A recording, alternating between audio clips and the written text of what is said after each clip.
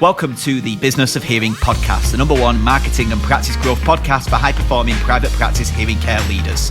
It's Friday, and this is my end-of-week roundup of what's top of mind after 7 days of helping some of the world's best private practices to attract high-quality patients, fight the evil forces of manufacturer-owned chains, and be impossible to compete with. My name's Oli Luke. Pull up a chair, pour yourself a drink, and let's have a chat. So welcome along to another episode of the Business of Hearing podcast. And if you're listening to this, then you're potentially missing out because this is almost like a new season of the Business of Hearing podcast because we're doing video.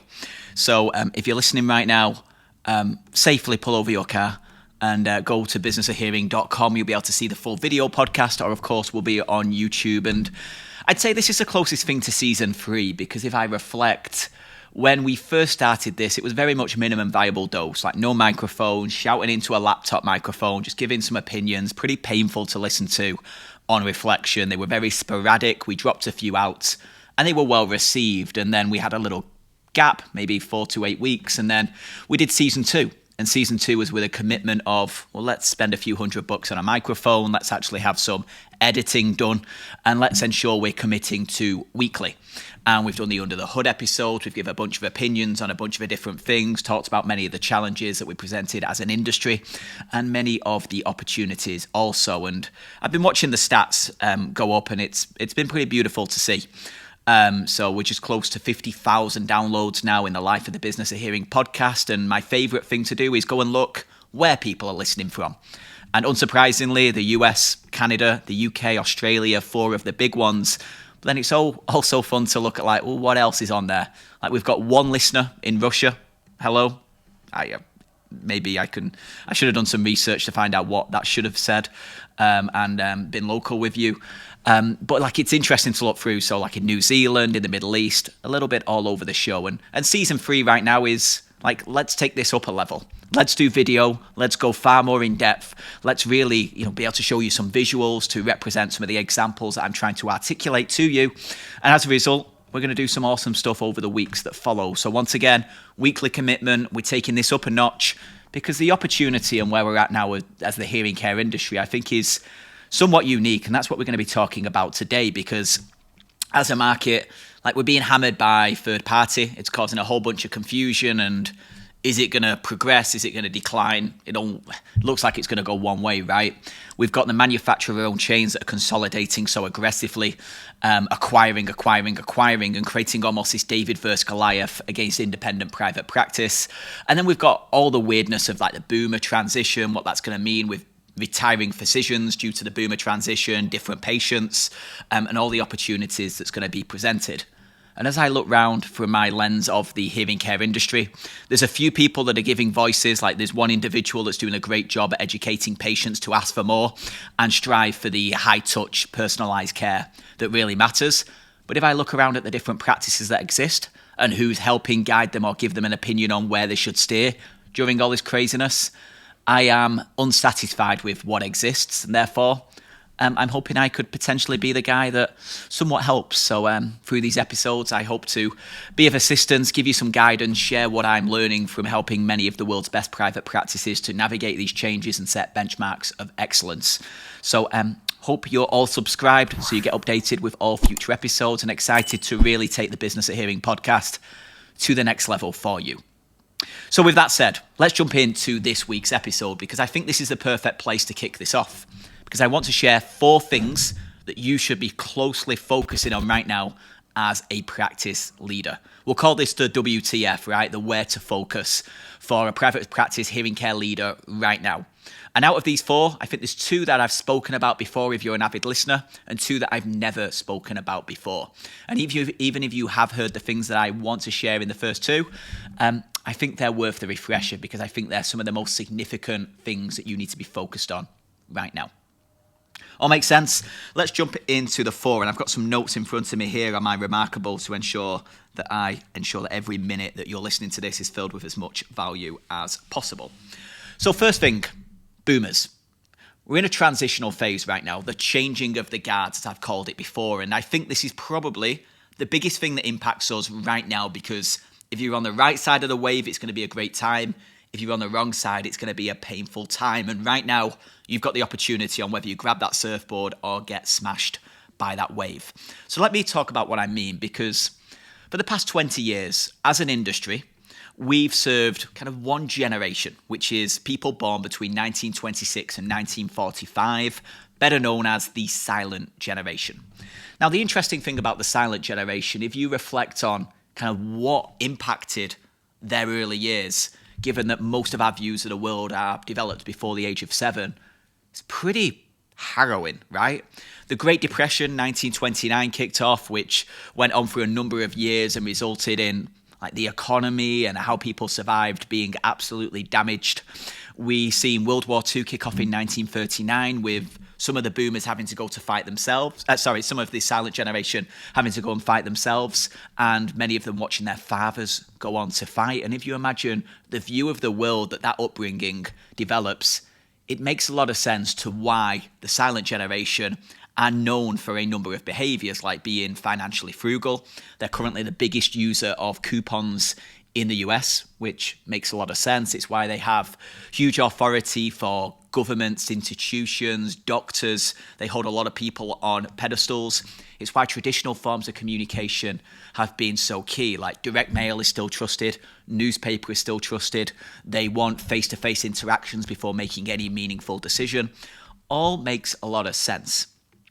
And as a result, what you've done for the past 20 years, from how you've attracted these patients, has been, let's do direct mail, let's use coupons, let's just be number one on Google, because if they do search Google, then they're not really a technology adopter, so they're probably just going to hit the first one and call out of convenience. It means what we've done in the past has been somewhat based on a uneducated consumer in many ways. Now, what happened after that generation was 1946 to 1964. We had the baby boomers, the biggest boom of babies there was. And let me just give you a comparison here. Silent generation, the patients we've served for the past 20 years, at a grand total, there was 19 million in the US. Now, that number is naturally dwindling year on year, and over the next 10 to 15 years, unfortunately, that number is going to dwindle more and more. You look at the boomers, and over that period of 1946 to 1964, what did we see? We seen 70 million babies born. A significant baby boom, given the name. Now, what was interesting about these is very, very different to the generation prior to them. Like what we've seen, for example, was the US dollar becoming the world currency reserve in 1944. We've seen huge prosperity. We've seen the economy boom in the US. And as a result, we look at the way that's shaped that generation, and they're dramatically different. Like baby boomers hold 70% of the wealth in the US. They hold 75% of the property wealth in the US. They're the biggest investors in premium travel, in premium cars, in experiential-based purchases. Like a very, very different audience. And even if you had to draw right now, what would your dream patient look like? Many of their preferences would be the boomers' preferences. Like they want to invest in experience, they want to invest in premium. They're typically technologically strong. Like they use iPhones, they use email daily, they have social media, they make any significant buying decisions online, to the point that if a boomer calls you for an appointment, it's not to work out if you're right or wrong for them. They've done their due diligence, they've done their research, they've decided you're the best fit based on their preferences and what they're looking for. And as long as you don't mess it up, you're probably guaranteed the patient. Like hugely, hugely different between those two generations. The challenge is we're on this kind of tipping point right now where you can still get away with serving the silent generation. You can still get away with marketing towards them.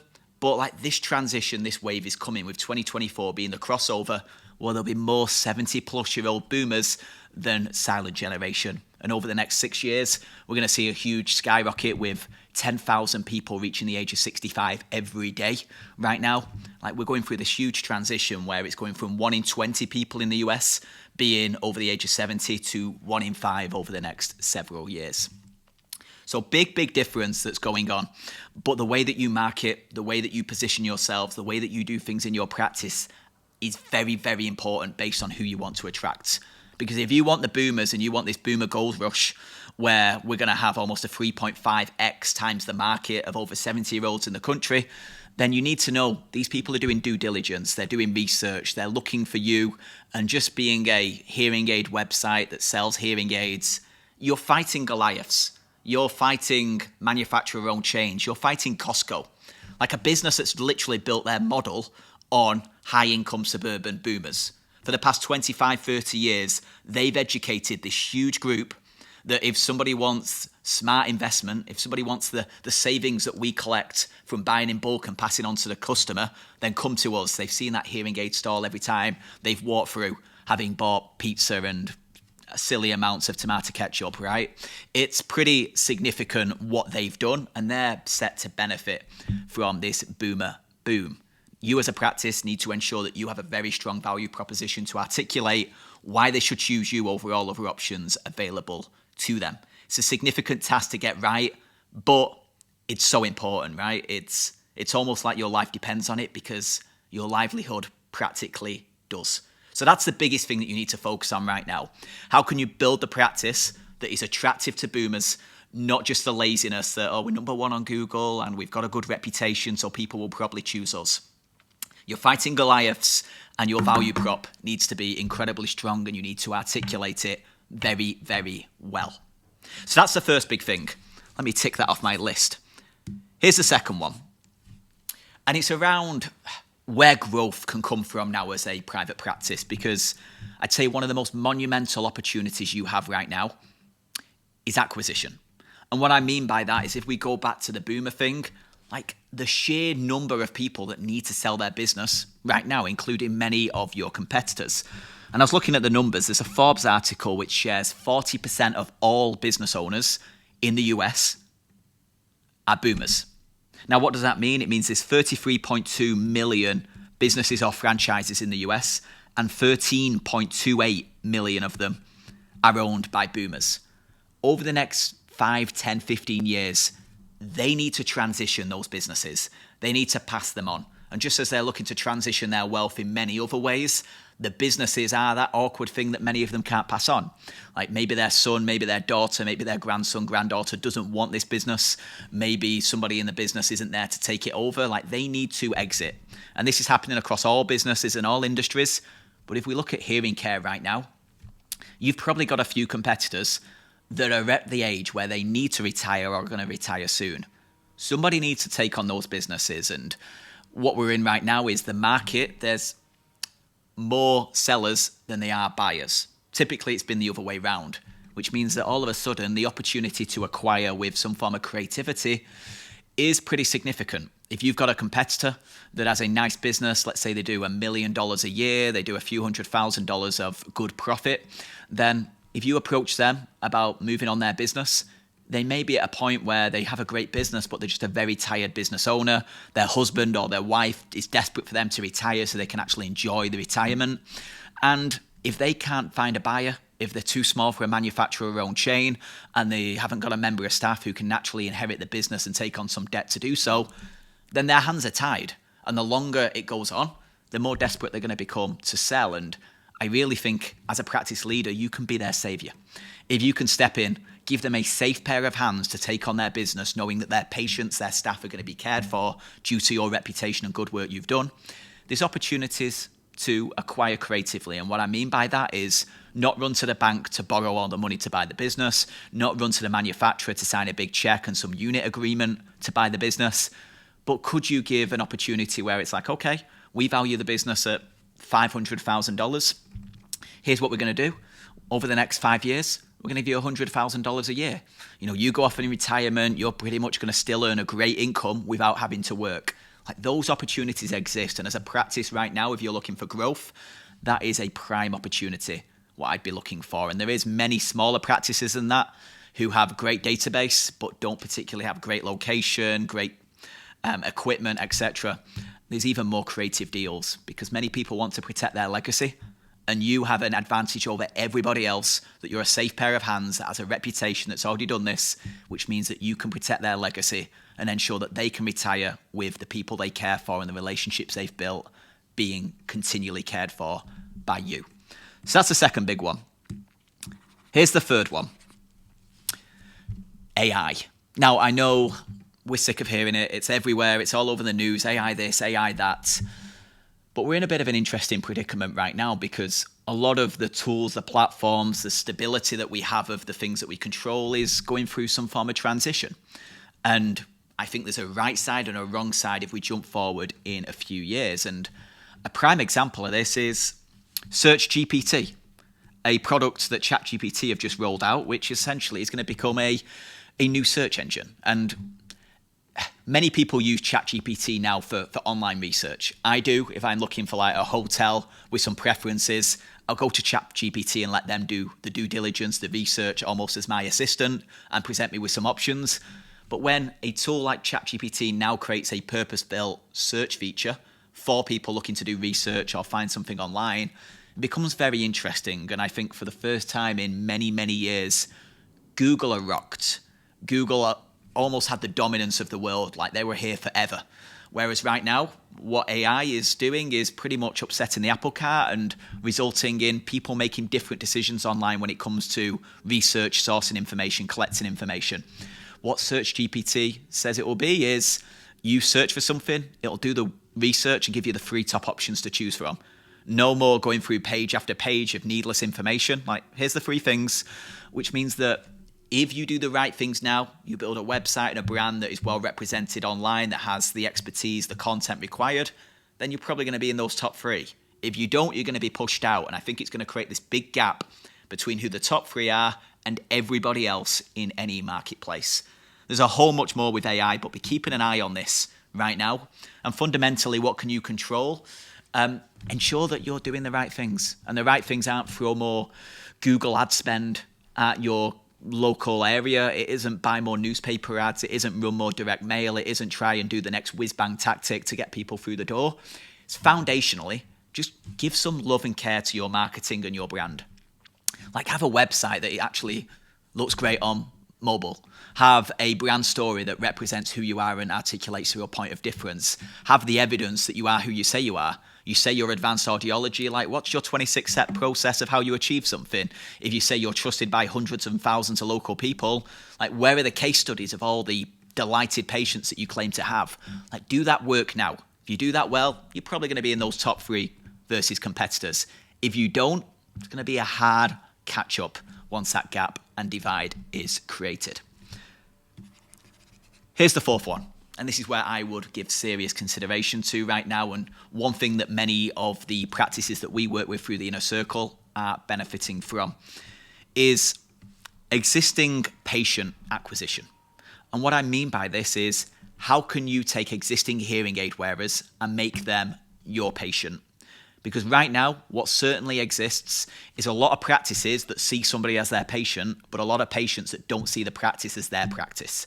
Like, we see it more and more, right? Manufacturer-owned chain comes and takes over an independent local business. The patient is left in the mess. Things have changed, staff have changed, they don't feel like it's the same. Processes are now taking over where heart and passion used to exist. And they're stuck in this divide now going like, what can I do? Where else can I go? I feel awkward about approaching someone else because I didn't choose them 2 years ago. There's a lot of Costco hearing aid wearers that can't get in for an appointment and they don't know what to do, or they want something different. Like, there's all these groups of pockets of patients that exist that are almost in desperate need for services like yours, but are only now realizing it. Like, how can you attract them and make them your patient? And there's a few things to consider. First of all, like, how easy do you make it for them to come to you with acknowledgement of the experience they've had up to now? Like, is there a way that you can adopt them? Is there a transfer of care plan? Rather than them coming to your website and having to call you and say, sorry, I didn't choose you, but now I'm wondering how you can help me and can I pay for an appointment? Package it correctly. Say, hey, you bought hearing aids elsewhere. Here's how we can potentially help. Here's an appointment for you. Here's a plan for you to step into. Like, package that well. And if you're looking to attract existing hearing aid wearers, what else can you do? Well, could you run a campaign that gives something away to existing hearing aid wearers? You know, for example, what would be one thing that only hearing aid wearers would benefit from? Could you give a cleaning kit away? Could you give some form of, I don't know, like ear sleeves or something that would be beneficial solely to hearing aid wearers Launch that through newspaper, through online, wherever you want to. Build a database of existing hearing aid wearers that come to claim this thing. Market to that database. You've then been able to take patients away from competitors. But they're the 4 that I'd be considering right now. Like this boomer transition, please focus on it, because it really is a tipping point. If you end up on the wrong side, I fear the gap is going to become very, very big, because as soon as the patient sees you as kind of outdated and old school, or if they see you as for old people, then they're not going to come and visit you, right? And this is the challenge we've got as hearing care right now, is traditionally we've had to serve old people, but today's 70-year-old is not the 70-year-old of 10 years ago. Dramatically different how they see themselves, dramatically how they still work, dramatically different in terms of how they still work and operate. Like, you've got to cater for today's 70-year-old, because people can identify as younger, but nobody identifies as older. So please get that right. Take a look at your competitors. You know right now if you've got a 65, 75 plus year old competitor who probably needs to retire, there's opportunities there to explore. And the simple thing of dropping them a note to say, hey, if you know somebody that's looking to sell their practice, just give me a shout or let me know.